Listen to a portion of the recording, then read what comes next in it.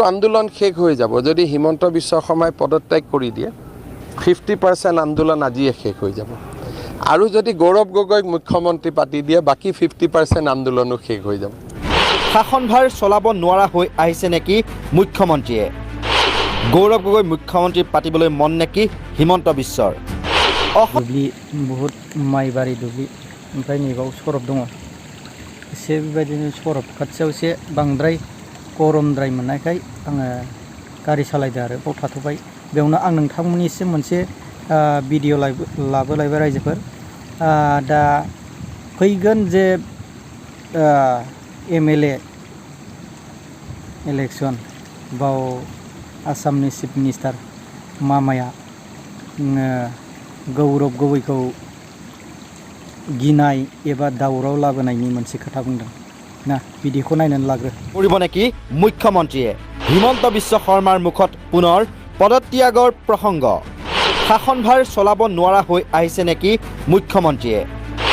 গৌৰৱ গগৈ মুখ্যমন্ত্ৰী পাতিবলৈ মন নেকি হিমন্ত বিশ্বৰ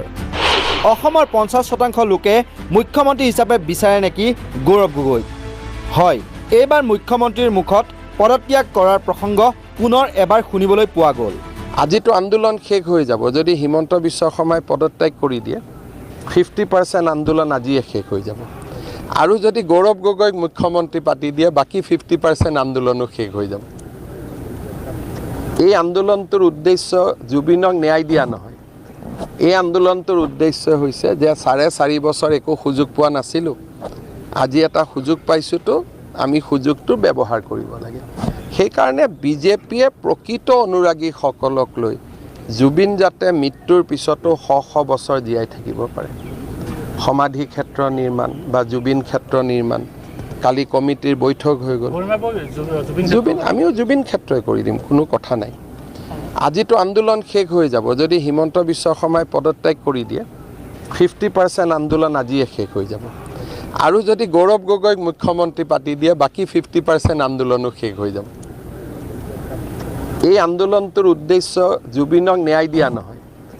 এই আন্দোলনটোৰ উদ্দেশ্য হৈছে যে 4.5 বছৰ একো সুযোগ পোৱা নাছিলো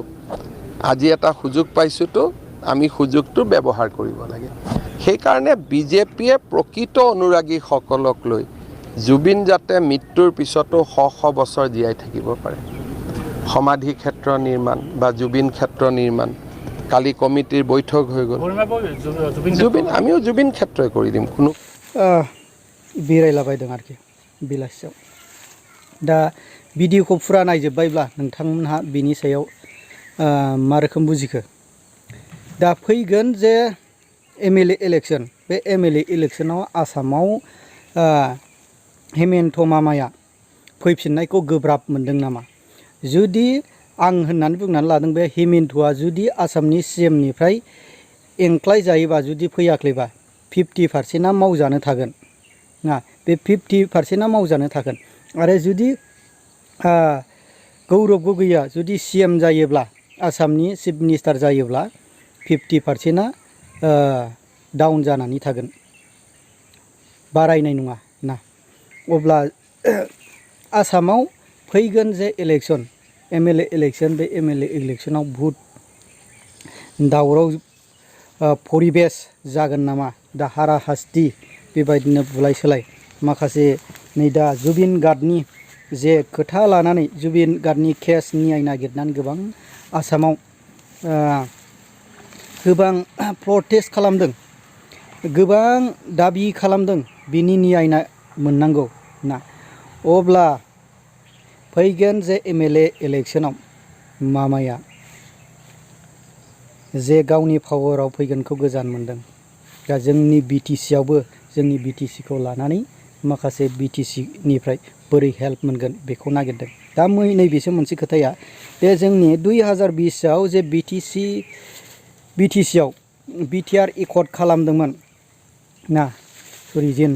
सेन्ट्रेलाव जे बिटिआर एकर्ड खालामदोंमोन बे बिटिआर एकर्डनि जे माखासे इमप्लिमेन्ट खालामनांगौ दफा जे बर'नि माखासे मोनथाय मोननांगौ बे मोनथाय मोननायनियाव गोदान सीएम जायोब्ला आसामाव गोदान सीएम जायोब्ला जोंनि बिनायखौ माखासे मोनथायखौ गनायनाय नङा नामा बे मोनसे गिदिर सोंलु जानानै थाबाय आरो दा हेमन्तआ जुदि पावाराव गैयाब्ला जोंनि बिनांगौ एब्ला जोंनि बुंनाय माखासे बिनांगौ मोनथायफोरखौ CM गोदान जायोब्ला खोनासंनाय नङा नामा? दा बियो मोनसे गिदिर सोंलु। जोंनियाव माखासे बर'फोरनियाव नै दा मोनथाय मोननांगौ। दा माखासे मोनथाय मोननायनि सायाव जोंहा बर'फोरा गोबां थैजों जे माखासे उपेन्द्रनाथ ब्रह्म जे बिफा उपेन्द्रनाथ ब्रह्म बर'नि बिफा होनजायो। दा बिसोरनि समनिफ्रायनो जों बर'फोरा थैबोबाय, माखासे नारा नाथा नाजाफैबाय आरो नैबे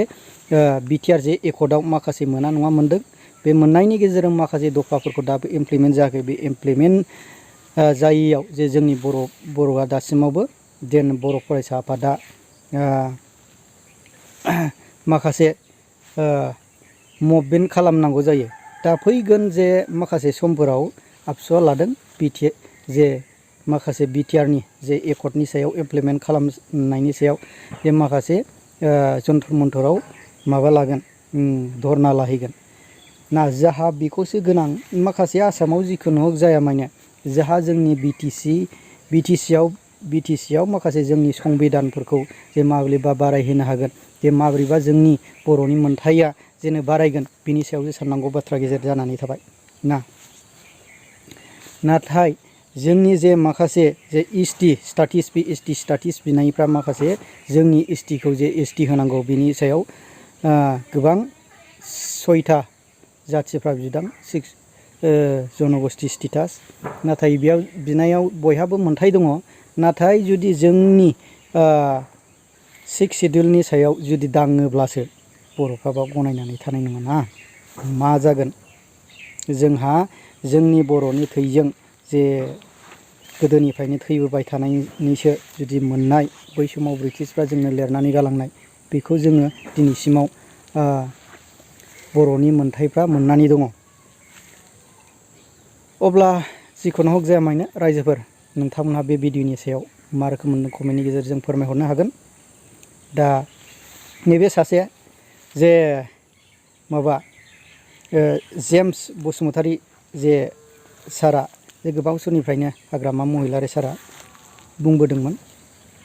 बे हाग्रामा महिलारि सारा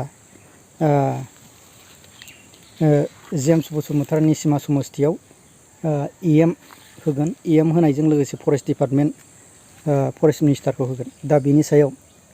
SM एक्सप्लार हथात बेंज्लाय नार्जारि जे बिथाङा इउटुबार, बे इउटुबारा मोनसे होदों आरोखि जे जेम्स बसुमतारीया गोबां क्रर थाखानि फानबोबाय EMखौ, निसिमा समस्थिनि रायजो राजाखौ थगायबाय। दा बिनि सायाव रायजो राजाया मा बुंनो सानो नोंथांमोना फोरमायहरबानो जाबाय।